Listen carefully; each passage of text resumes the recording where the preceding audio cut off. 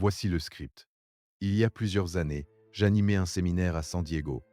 Dans la salle, il y avait environ 300 personnes, des entrepreneurs, des salariés, des jeunes qui démarraient, des gens qui recommençaient après un échec. Et à un moment donné, j'ai posé une question simple. J'ai dit, combien d'entre vous ont déjà eu 20 000 dollars d'économie sur leur compte? Pas investi, pas dans une maison, juste disponible. Liquide, prêt. Environ 30 mains se sont levées. 30 sur 300. Puis j'ai posé une deuxième question. J'ai demandé, parmi ceux qui ont levé la main, combien d'entre vous ont remarqué que quelque chose avait changé dans votre façon de penser, dans vos décisions, dans votre rapport à l'argent? Une fois que vous avez atteint ce seuil, 28 mains sont restées levées. Ce moment-là m'a fasciné. Pas à cause du chiffre, pas parce que 20 000 dollars est une somme magique, mais parce que presque tous ceux qui avaient franchi ce cap avaient vécu la même transformation intérieure. Quelque chose avait changé, pas dans leur compte, en banque, dans leur tête. C'est ce dont je veux te parler aujourd'hui. Pendant la prochaine heure, je veux t'emmener dans une réflexion sur ce qui se passe réellement quand tu commences à construire une base financière solide. Ce n'est pas une leçon de comptabilité, ce n'est pas un cours sur les actions ou les placements. C'est une exploration de la psychologie de l'argent, des habitudes qui créent la richesse et des croyances qui gardent les gens pauvres sans qu'ils s'en rendent compte. Et si tu n'as pas encore atteint ce seuil, ce que je vais partager avec toi aujourd'hui peut changer la trajectoire de toute ta vie financière. Commençons par quelque chose que j'ai observé sur des décennies de travail avec des milliers d'individus dans le monde entier. L'argent est un amplificateur. Ce n'est pas une solution. Ce n'est pas un problème. C'est un amplificateur. Il amplifie ce que tu es déjà. Si tu es généreux sans argent, tu seras encore plus généreux avec de l'argent. Si tu es anxieux sans argent, tu seras encore plus anxieux avec de l'argent. Si tu es irresponsable sans argent, tu le seras de façon spectaculaire avec de l'argent. C'est pour ça que tant de gens qui gagnent soudainement beaucoup d'argent, par un héritage, un gain, une promotion, se retrouvent dans une situation pire 5 ans plus tard qu'avant de l'avoir reçu. Parce que l'argent a amplifié qui ils étaient déjà. Et c'est aussi pour ça que les gens qui construisent leur richesse lentement, méthodiquement, avec discipline, ont tendance à la conserver. Parce que pendant le processus de construction, ils ont changé. Ils sont devenus quelqu'un d'autre. Quelqu'un qui mérite cette richesse, dans le sens le plus profond du terme. J'ai un ami, je l'appellerai Marc, qui a grandi dans une famille modeste, dans le sud de la France. Son père était ouvrier. Sa mère travaillait à mi-temps dans une épicerie. Marc n'a jamais manqué de rien, mais il n'a jamais eu non plus le sentiment que l'argent était quelque chose de naturel, de normal, de disponible. Quand Marc a commencé à travailler, dans la vingtaine, il gagnait correctement. Pas extraordinairement, mais correctement. Et chaque mois, il dépensait tout. Pas parce qu'il était irresponsable, pas parce qu'il aimait le luxe, mais parce que dans sa tête, l'argent était fait pour être dépensé. C'était sa programmation. C'était ce qu'il avait observé toute son enfance. Un jour, son patron lui a dit quelque chose de simple. Il lui a dit, « Marc, avant de dépenser le moindre euro, ce mois-ci, mets 10% de côté. Pas pour une raison particulière. Juste pour voir ce que ça fait. » Marc a suivi ce conseil. Pas parce qu'il était convaincu, mais par curiosité. 3 mois plus tard, il avait accumulé une petite somme. Pas énorme, mais elle était là. Et Marc m'a dit, des années plus tard, que quelque chose d'étrange s'était produit. Il avait commencé à regarder ses dépenses différemment. Il avait commencé à distinguer ce qui était nécessaire de ce qui était impulsif. Il avait commencé à ressentir quelque chose qu'il n'avait jamais ressenti avec l'argent. De la sécurité. Ce sentiment de sécurité a changé ses décisions. Ses décisions ont changé ses résultats, et ses résultats ont changé sa vie. Voici ce que j'ai compris après toutes ces années. La plupart des gens pensent que l'argent est une question de mathématiques. Revenu moins dépenses égale épargne. C'est vrai, sur le papier. Mais dans la réalité humaine, l'argent est une question d'émotion, d'identité et de croyance. Et c'est là que tout commence. Chaque être humain porte en lui ce que j'appelle un thermostat financier. C'est un niveau interne, inconscient, autour duquel tu te sens à l'aise avec l'argent. Si tu gagnes moins que ce niveau, tu travailles dur pour remonter. Si tu gagnes plus que ce niveau, tu trouves inconsciemment des façons de redescendre. Tu dépenses plus. Tu fais des erreurs. Tu prends de mauvaises décisions. Ce thermostat a été réglé pendant ton enfance. Parce que tu as entendu sur l'argent. Parce que tu as observé. par les phrases que tes parents répétaient. Des phrases comme « l'argent ne pousse pas dans les arbres »,« les riches sont des voleurs »,« on n'est pas fait pour être riche »,« l'argent c'est la source de tous les maux ». Ces phrases semblent anodines, mais elles ont été gravées dans ton subconscient à un moment où tu n'avais aucune capacité critique pour les évaluer. Et aujourd'hui, elles influencent chacune de tes décisions financières, sans que tu en sois conscient. Voilà pourquoi deux personnes peuvent suivre exactement le même plan financier et obtenir des résultats radicalement différents. Ce n'est pas une question de plan, c'est une question de programmation intérieure.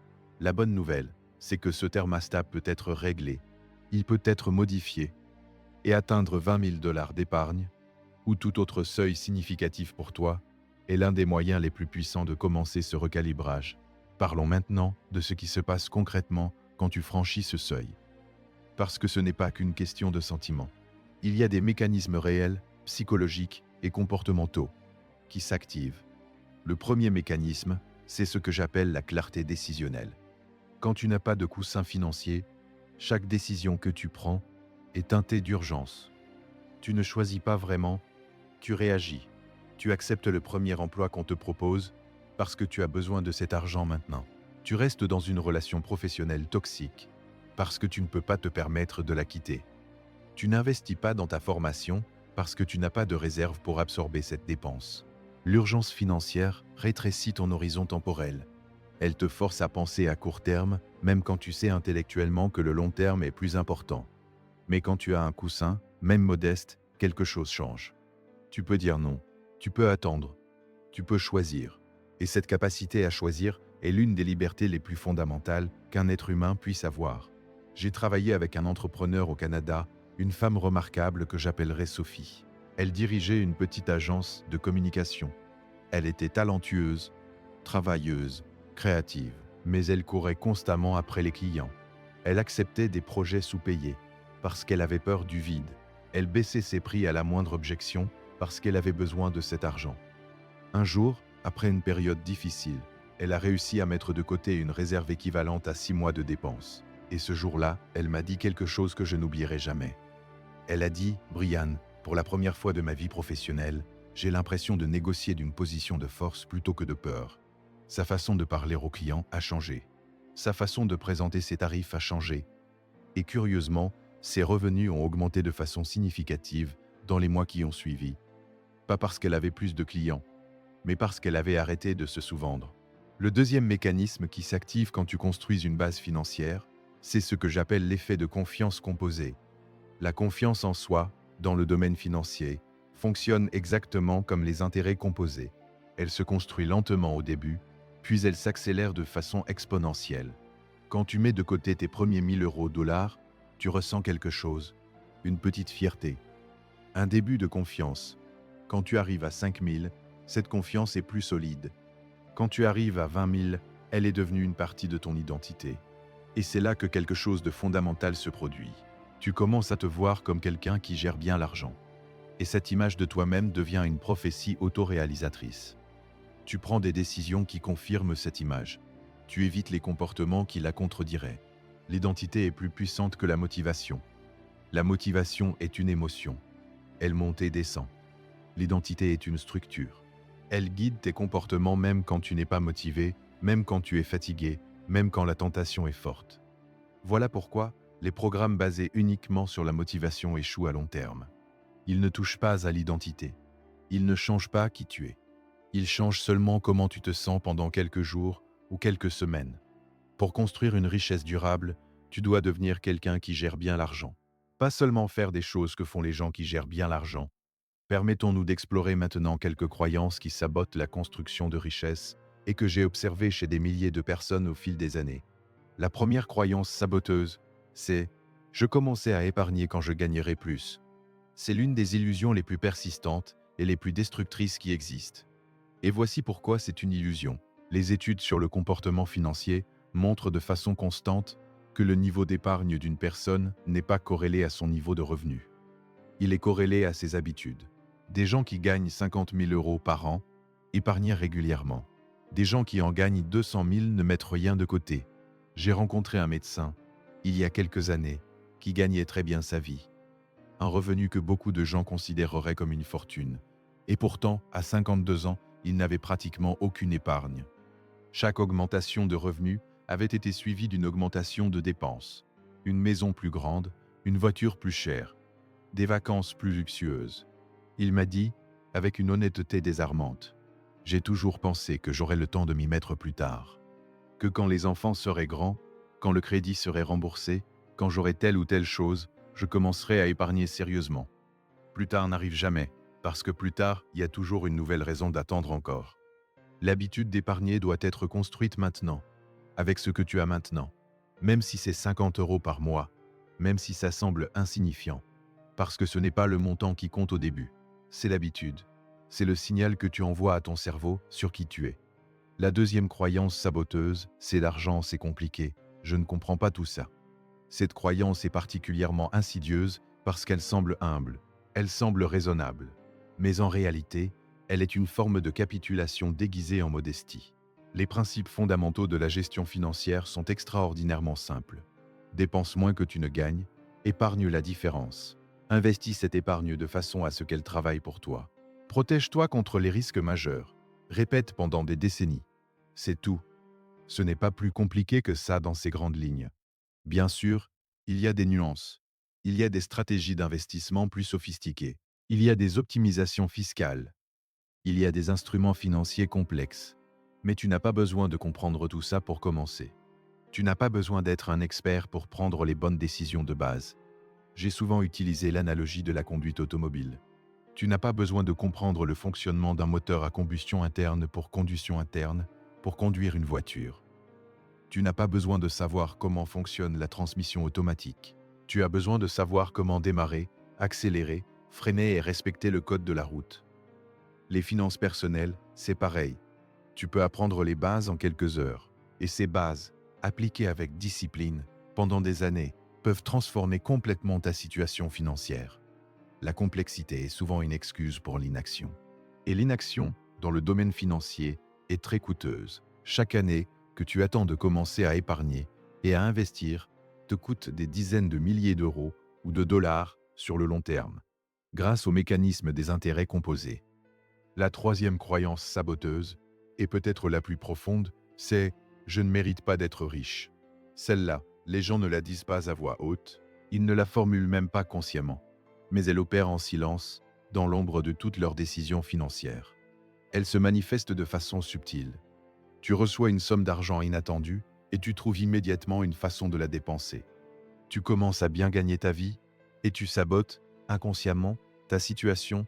Tu évites de parler d'argent parce que ça te met mal à l'aise. Tu te sens coupable quand tu achètes quelque chose de qualité pour toi-même. Ces comportements ont une racine commune. La conviction que la richesse n'est pas pour toi, que c'est pour d'autres gens. Des gens plus intelligents, mieux nés, plus chanceux, plus méritants. Cette conviction est fausse. Elle est profondément, fondamentalement fausse. Mais elle est très difficile à déraciner parce qu'elle est ancrée dans des expériences émotionnelles de l'enfance. Le travail sur cette croyance est un travail personnel, parfois long, parfois inconfortable.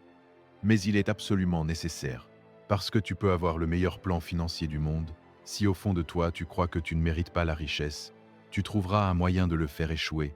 Une des façons les plus efficaces que j'ai trouvées pour travailler sur cette croyance, c'est de changer ta définition de la richesse. Pas comme un luxe, pas comme un privilège, mais comme une responsabilité. Quand tu es financièrement stable, tu peux aider ta famille, tu peux contribuer à ta communauté, tu peux financer des causes qui te tiennent à cœur, tu peux créer des emplois, tu peux avoir un impact positif sur le monde autour de toi. La richesse n'est pas égoïste. La richesse est un outil. Et comme tous les outils, sa valeur dépend de l'intention de celui qui l'utilise. Parlons maintenant de quelque chose que j'appelle le paradoxe de la discipline financière. La discipline semble restrictive. Elle semble être une contrainte, une limitation, une forme de privation. Et c'est exactement comme ça que la plupart des gens la vivent au début. Mais voici ce que j'ai observé chez des centaines de milliers de personnes qui ont réussi à construire leur indépendance financière. Après quelques mois de pratique, la discipline financière cesse d'être une contrainte et devient une source de liberté.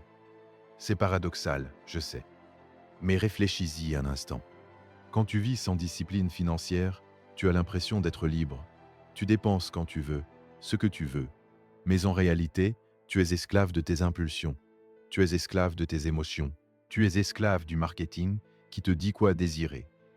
Tu es esclave de la pression sociale qui te dit quoi posséder. Et à long terme, tu es esclave de ta situation financière. Tu dois accepter les conditions que les autres t'imposent parce que tu n'as pas le choix. Tu dois rester dans une situation insatisfaisante parce que tu ne peux pas te permettre d'en sortir. La discipline, en revanche, te donne le contrôle. Elle te permet de décider consciemment où va ton énergie, ton temps et ton argent. Et avec le temps, cette discipline crée des options. Elle crée des possibilités. Elle crée cette liberté réelle, concrète, tangible, que tant de gens cherchent mais que si peu trouvent. J'aime beaucoup cette formule que j'ai développée au fil des années. Souffre la discipline ou souffre le regret. La discipline est légère et temporaire. Le regret est lourd et permanent. Permettons-nous maintenant d'entrer dans quelque chose de très pratique. Je veux te parler des habitudes spécifiques que j'ai observées chez les personnes qui réussissent à construire leur richesse et qui les distinguent de ceux qui restent dans la médiocrité financière. La première habitude, c'est ce que j'appelle payer d'abord à soi-même.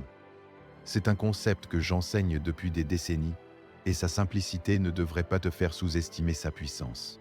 Avant de payer tes factures, avant de dépenser quoi que ce soit, tu mets de côté un pourcentage de tes revenus.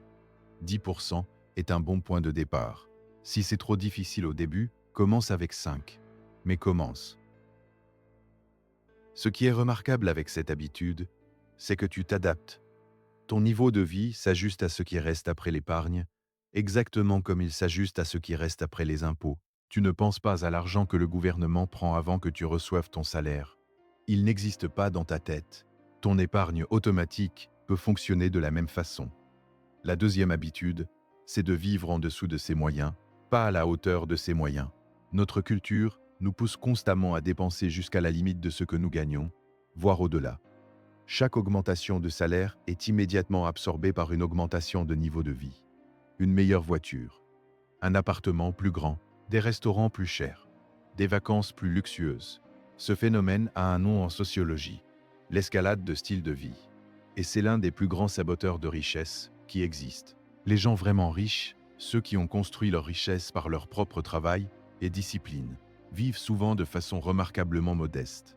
Pas parce qu'ils ne peuvent pas se permettre le luxe, mais parce qu'ils ont compris que le luxe visible est une forme de faiblesse.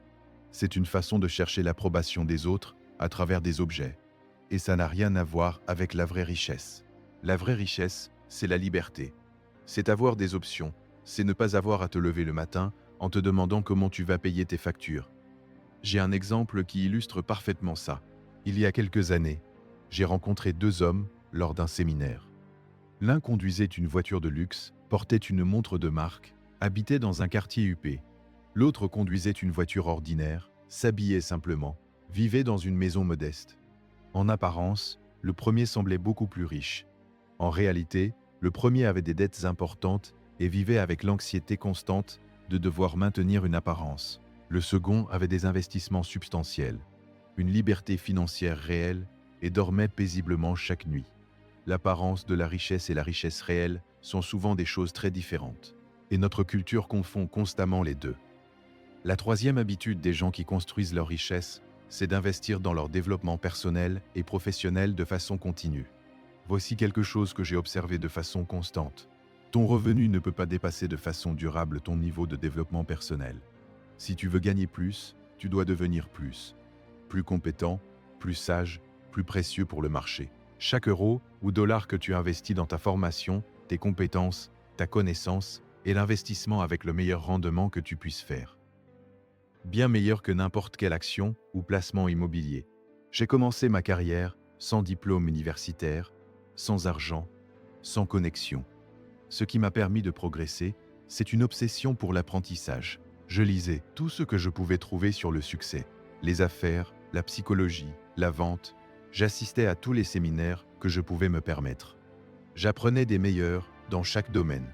Et chaque fois que j'investissais dans mon développement, mon revenu augmentait, pas immédiatement, parfois, pas toujours de façon directe et traçable, mais de façon certaine sur le long terme.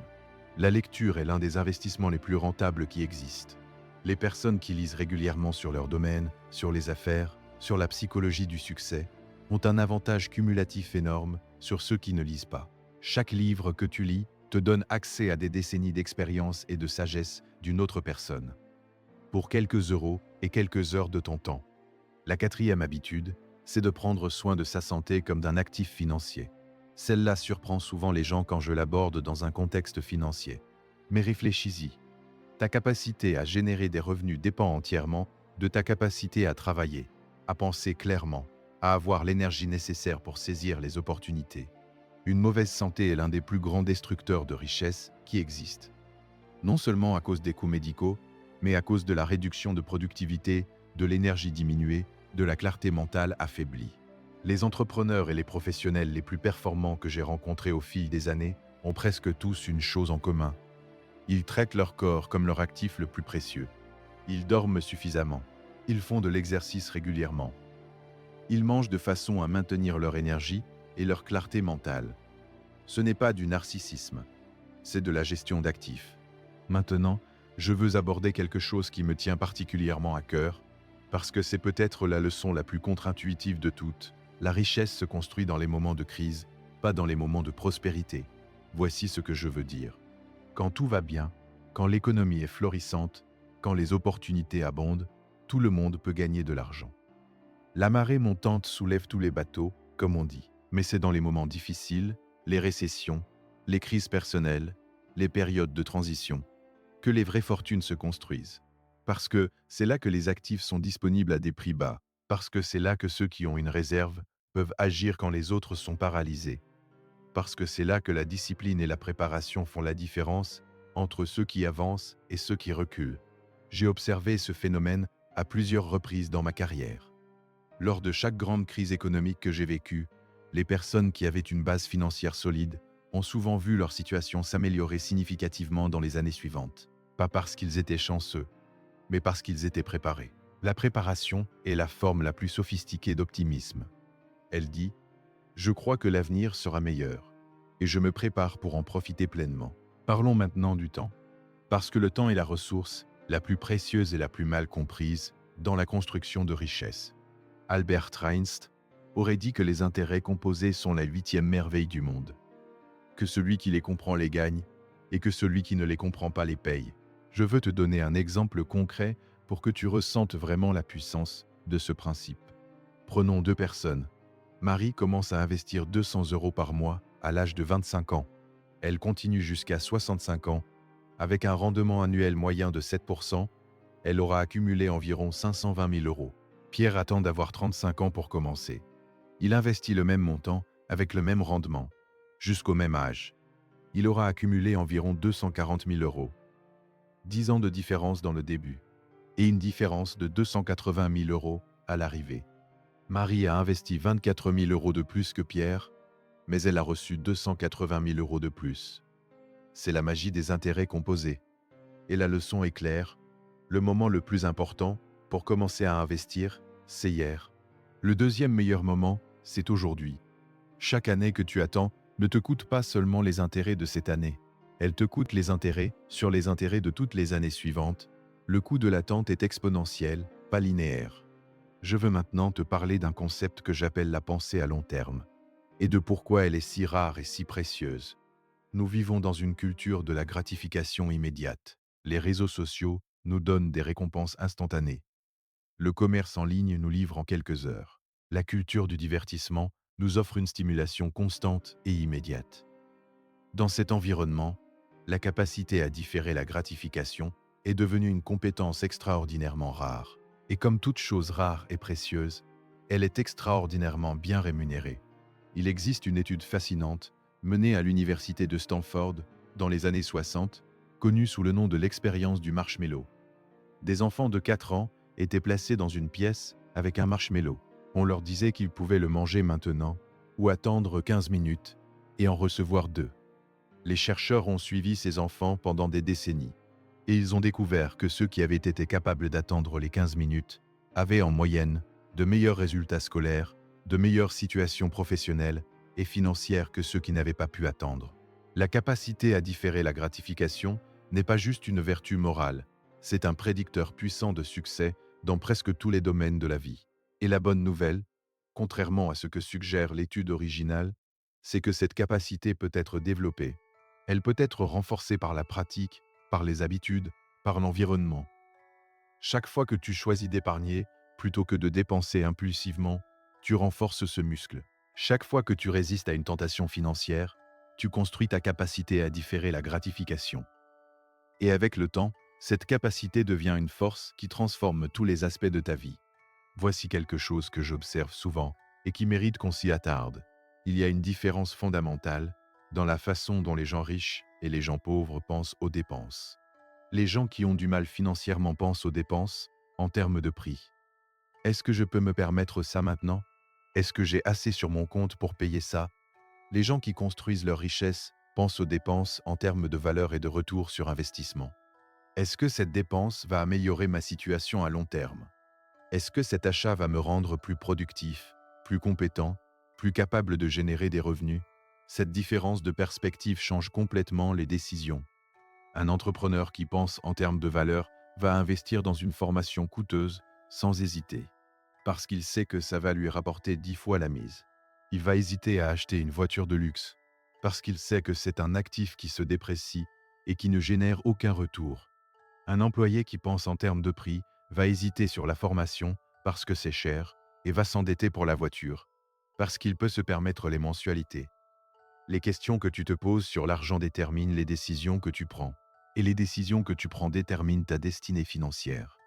Je veux maintenant aborder quelque chose d'important sur les revenus, parce que beaucoup de gens pensent que la solution à leurs problèmes financiers est simplement de gagner plus d'argent.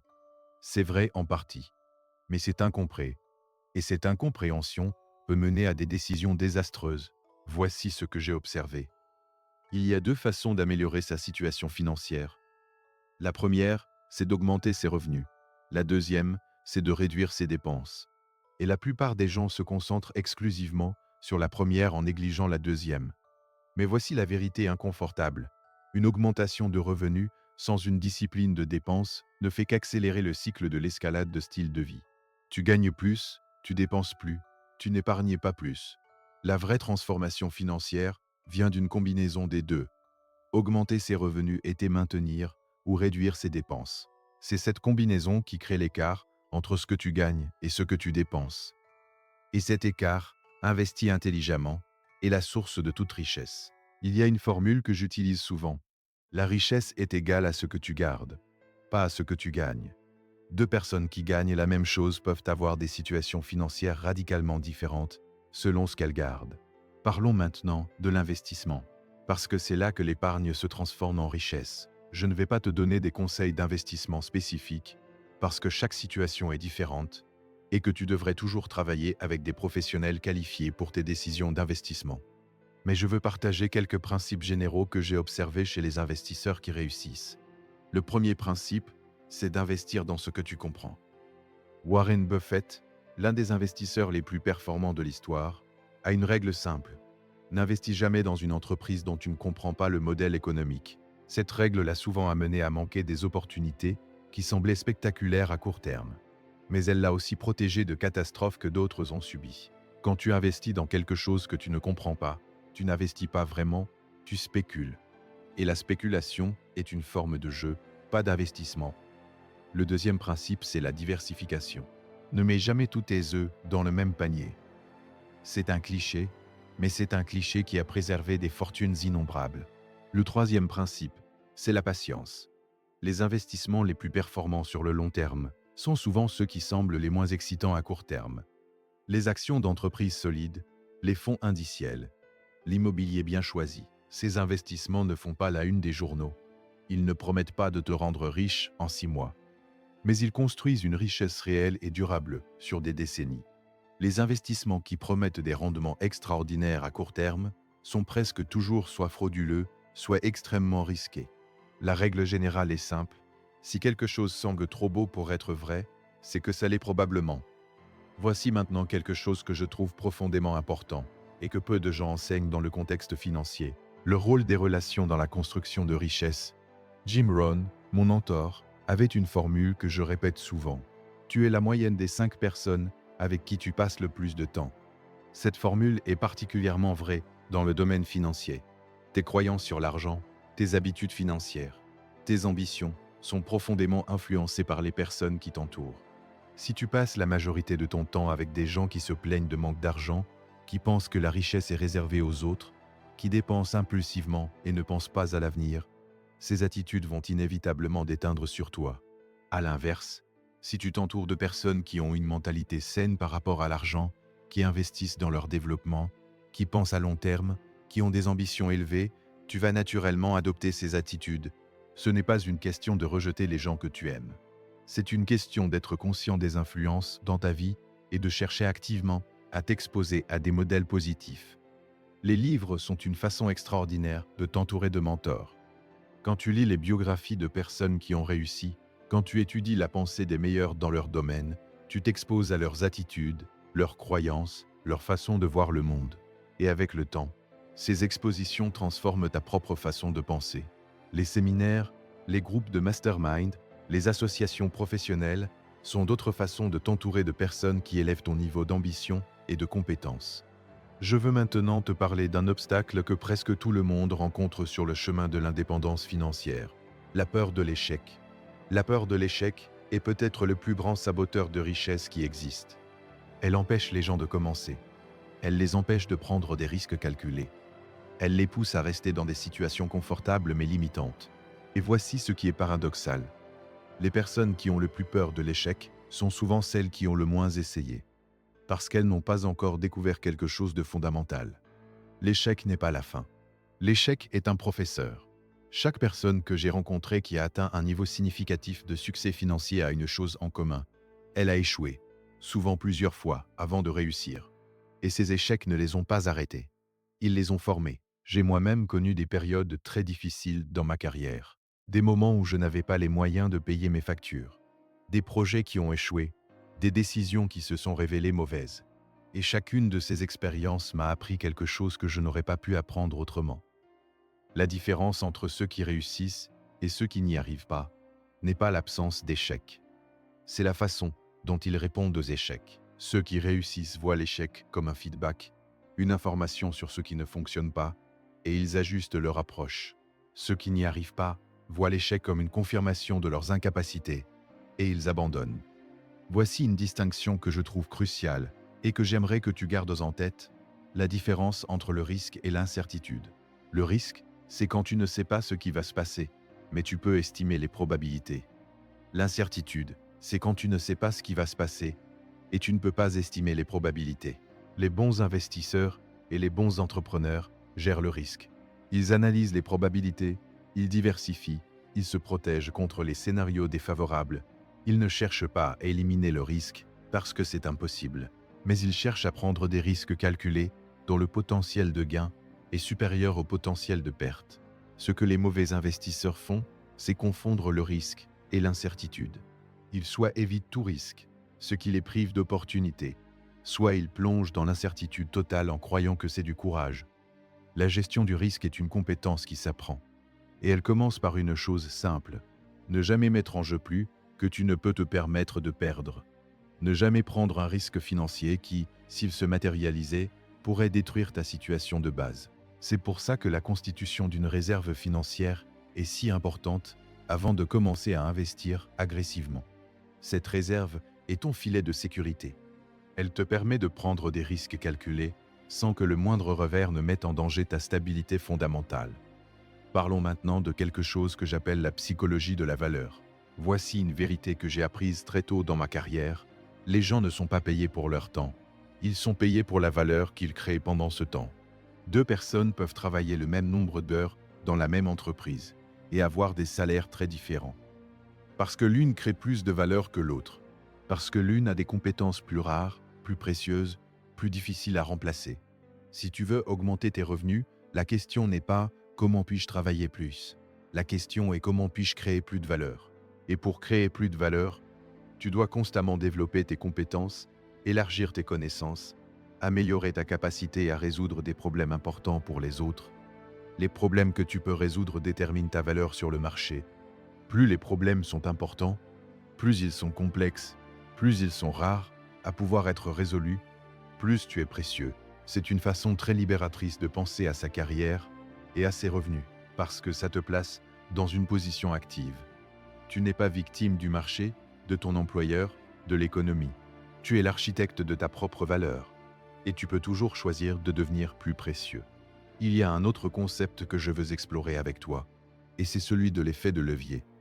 L'effet de levier, dans son sens le plus large, c'est la capacité à multiplier tes efforts et tes ressources. C'est l'une des grandes différences entre ceux qui construisent une richesse significative et ceux qui restent dans la médiocrité financière. Il existe plusieurs formes d'effet de levier. Le levier financier, c'est utiliser l'argent des autres pour amplifier tes investissements. Le levier du temps, c'est déléguer des tâches à d'autres pour que tu puisses te concentrer sur ce qui crée le plus de valeur. Le levier des systèmes, c'est créer des processus qui fonctionnent même quand tu n'es pas présent. Le levier de la technologie, c'est utiliser des outils qui amplifient ta productivité. Les employés échangent généralement leur temps contre de l'argent. 1 pour 1. Chaque heure travaillée correspond à une heure de revenu. Les entrepreneurs et les investisseurs cherchent à créer des effets de levier. Ils construisent des systèmes qui génèrent des revenus sans nécessiter leur présence constante. Ils investissent dans des actifs qui travaillent pour eux pendant qu'ils dorment. C'est l'une des raisons pour lesquelles les revenus des entrepreneurs et des investisseurs peuvent croître de façon exponentielle, alors que les revenus des employés croissent de façon linéaire. Je ne dis pas que tout le monde devrait être entrepreneur.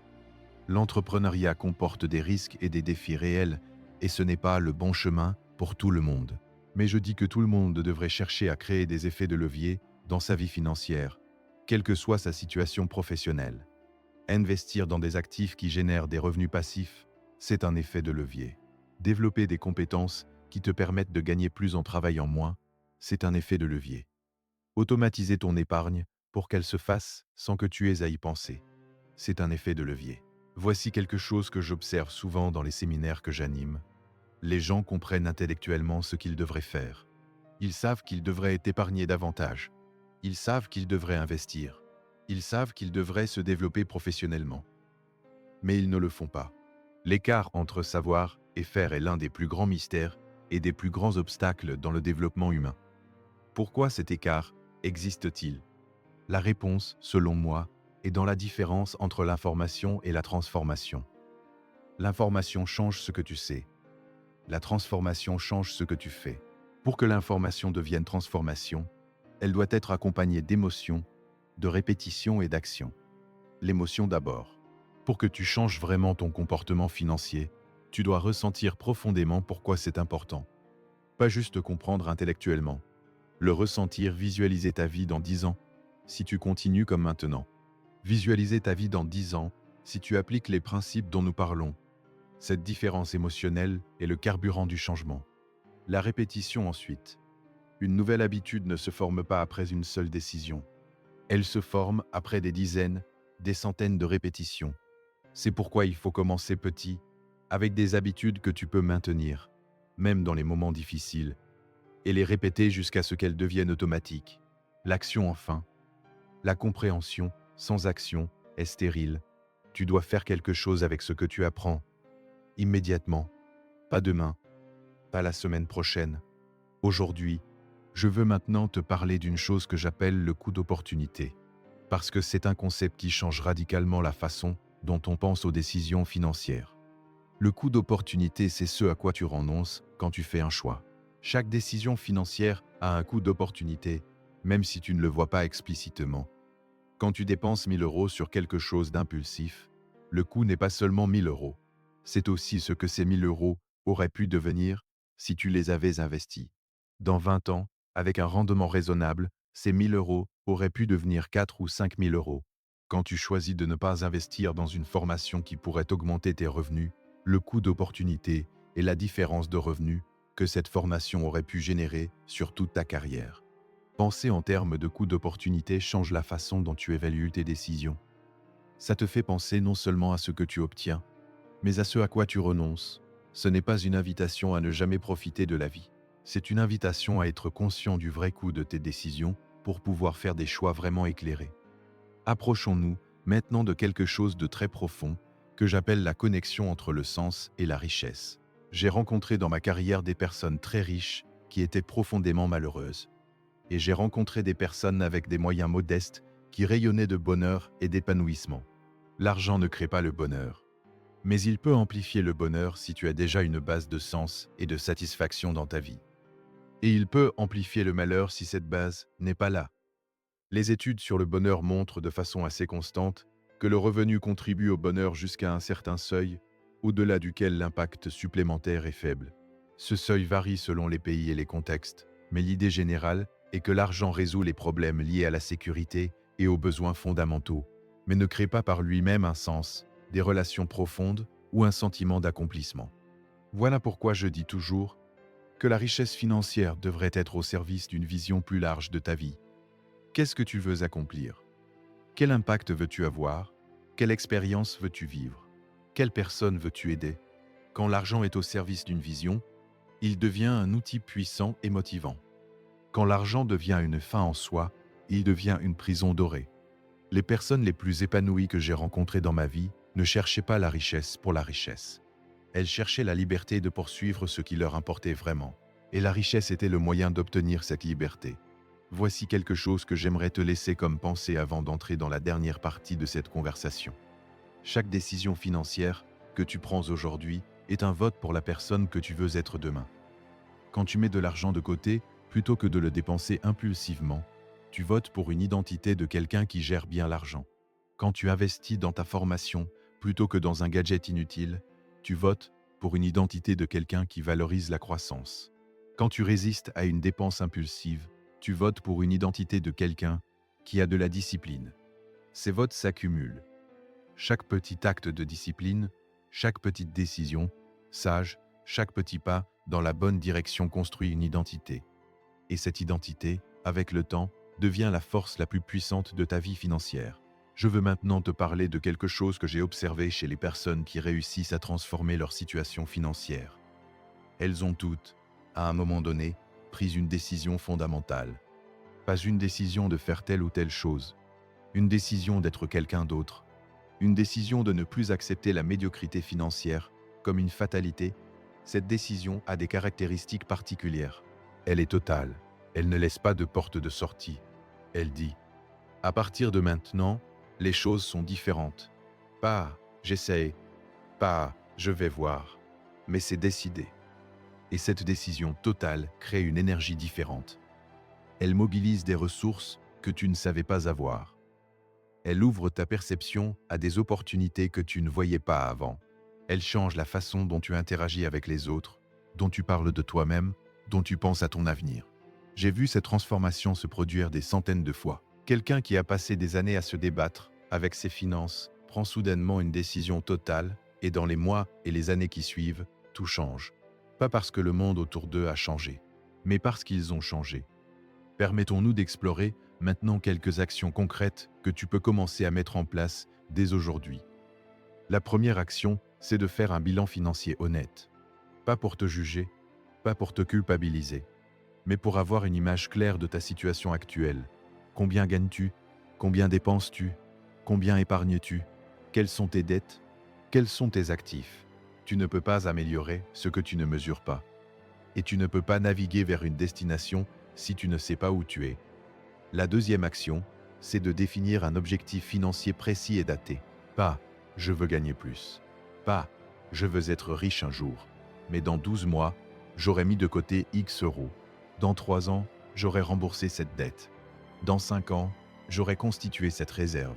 Les objectifs précis et datés activent ton système réticulaire activateur, la partie de ton cerveau qui filtre les informations et te fait remarquer ce qui est pertinent pour tes objectifs. Quand tu as un objectif précis, tu commences à voir des opportunités et des ressources que tu ne voyais pas avant. La troisième action, c'est d'automatiser ton épargne. Configure un virement automatique qui transfère un pourcentage de tes revenus vers un compte d'épargne dès que tu es payé. Ne laisse pas cet argent dans ton compte courant où il sera disponible pour des dépenses impulsives. Rends-le invisible, inaccessible dans ton quotidien. La quatrième action, c'est de lire au moins un livre sur les finances personnelles ou le développement personnel par mois. Cet investissement de quelques heures de ton temps peut avoir un impact disproportionné sur ta vie. La cinquième action, c'est de chercher un mentor ou un modèle. Quelqu'un qui a déjà atteint le niveau financier que tu vises. Observe comment il pense, comment il prend ses décisions, comment il gère son temps et son énergie. Si tu ne peux pas accéder directement à ce mentor, lis ses livres, écoute ses interviews, étudie son parcours. Il y a une dernière chose que je veux partager avec toi avant de conclure, et c'est peut-être la plus importante de tout ce que nous avons abordé aujourd'hui. Le chemin vers l'indépendance financière n'est pas un sprint, c'est un marathon. Et comme tout marathon, il y a des moments de fatigue, de doute, de découragement. Des moments où tu te demandes si ça vaut vraiment la peine. Des moments où la tentation de tout laisser tomber et de revenir à tes vieilles habitudes est très forte. Dans ces moments, ce qui fait la différence entre ceux qui continuent et ceux qui abandonnent, ce n'est pas la force de volonté. Ce n'est pas la motivation, c'est la clarté de la vision. Quand tu sais précisément pourquoi tu fais ce que tu fais, quand tu as une image vivante et émotionnellement chargée de la vie que tu veux construire, les obstacles temporaires perdent de leur pouvoir. Ils deviennent des défis à surmonter plutôt que des raisons d'abandonner. Ta vision doit être plus forte que tes obstacles. Et pour qu'elle soit plus forte, tu dois la nourrir régulièrement. Tu dois la revisiter, tu dois l'enrichir, tu dois la garder vivante dans ton esprit. Prends le temps de t'asseoir, de fermer les yeux et d'imaginer ta vie dans 10 ans si tu appliques avec discipline tout ce dont nous avons parlé aujourd'hui. Quelle est ta situation financière? Quelle liberté as-tu? Quelles opportunités s'offrent à toi? Quel impact as-tu sur les personnes que tu aimes? Maintenant, garde cette image, reviens-y chaque jour, laisse-la te guider dans tes décisions quotidiennes. Voici une vérité que j'ai apprise au fil de décennies de travail avec des gens de tous horizons, de toute culture, de tout niveau de revenus. Les principes de la richesse ne sont pas secrets. Ils ne sont pas réservés à une élite. Ils ne nécessitent pas un diplôme particulier, une famille fortunée ou une chance exceptionnelle. Ces principes sont simples, ils sont accessibles. Ils peuvent être appliqués par n'importe qui, à n'importe quel moment de sa vie. Mais leur application nécessite quelque chose que la plupart des gens ne sont pas prêts à donner, de la discipline, de la patience, et la volonté de différer la gratification immédiate pour un bénéfice futur plus grand. Ce n'est pas facile. Si c'était facile, tout le monde le ferait. Mais c'est possible. Et les récompenses sont infiniment supérieures au prix à payer. Revenons un instant à la salle de San Diego dont je t'ai parlé au début. Ces 28 personnes qui avaient levé la main pour dire que quelque chose avait changé quand elles avaient franchi le seuil des 20 000 $. Après le séminaire, j'ai eu l'occasion de parler avec plusieurs d'entre elles. Et ce qui m'a frappé, c'est que presque toutes décrivaient la même transformation avec des mots différents. Elles parlaient d'une clarté nouvelle, d'une façon différente de voir les opportunités, d'une confiance qui avait changé leurs relations professionnelles et personnelles, d'une sérénité face à l'avenir qu'elles n'avaient jamais connu auparavant. Et toutes, sans exception, disaient la même chose. Elles auraient voulu commencer plus tôt. Pas parce que le chemin avait été difficile, mais parce que les bénéfices avaient été tellement plus grands que ce qu'elles avaient imaginé. Parce que la transformation n'était pas seulement financière, elle était totale. Elle touchait leur confiance en eux-mêmes, leurs relations, leur façon de se voir dans le monde. 20 000 $ n'est pas un chiffre magique. Pour certains, le seuil transformateur sera 5 000. Pour d'autres, ce sera 50 000. Ce qui compte, ce n'est pas le chiffre, c'est le processus. C'est la discipline qui construit ce coussin. C'est la transformation intérieure qui accompagne cette construction. Voici ce que je veux que tu retiennes de tout ce que nous avons exploré aujourd'hui. La richesse commence dans ta tête. Avant d'être dans ton compte, en banque, elle est dans tes croyances, tes habitudes et tes décisions quotidiennes. Le chemin vers l'indépendance financière est simple dans ses principes. Dépense moins que tu ne gagnes, épargne la différence, investis cette épargne, protège-toi contre les risques, répète pendant des décennies. Mais il est difficile dans son exécution parce qu'il exige une discipline constante dans un monde qui te pousse à l'immédiateté. Les obstacles les plus importants sur ce chemin ne sont pas extérieurs, ils sont intérieurs. Ils sont dans tes croyances limitantes, dans tes habitudes non examinées, dans ta programmation inconsciente sur l'argent. Mais ces obstacles peuvent être surmontés, ils peuvent être transformés. Et chaque personne qui a la volonté et la patience de faire ce travail peut atteindre un niveau de liberté financière qui transforme complètement sa vie. Tu as déjà fait le premier pas en consacrant cette heure à réfléchir à ces principes. Maintenant, la question est, que vas-tu faire de cette réflexion? J'aime conclure avec quelque chose que Jim Rohn m'a dit un jour, quelque chose qui m'a profondément marqué et que je te transmets aujourd'hui. Il m'a dit, Brian, dans 10 ans, tu seras exactement là où tes décisions d'aujourd'hui t'auront mené. La question n'est pas de savoir si tu seras quelque part dans 10 ans. Tu y seras. La question est de savoir où. Cette pensée est à la fois sobrisante et exaltante. Sobre, parce qu'elle nous rappelle que chaque jour compte, que chaque décision a des conséquences, que l'inaction est aussi une décision, avec ses propres conséquences. Exaltante, parce qu'elle nous rappelle que tu as le pouvoir de choisir ta destination, que tu n'es pas victime de tes circonstances, que peu importe où tu en es aujourd'hui, tu peux décider maintenant de la direction que tu veux prendre. Dans 10 ans, tu pourrais regarder en arrière et voir une décennie de discipline, de croissance et de construction. Une décennie où tu as fait des choix difficiles qui ont créé une liberté réelle.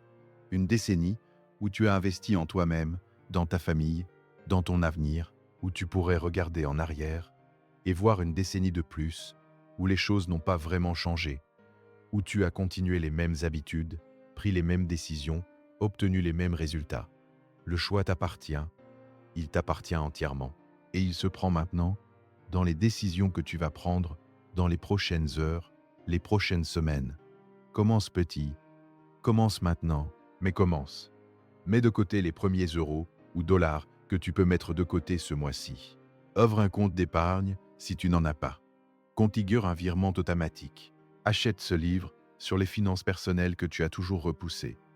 Prends rendez-vous avec un conseiller financier.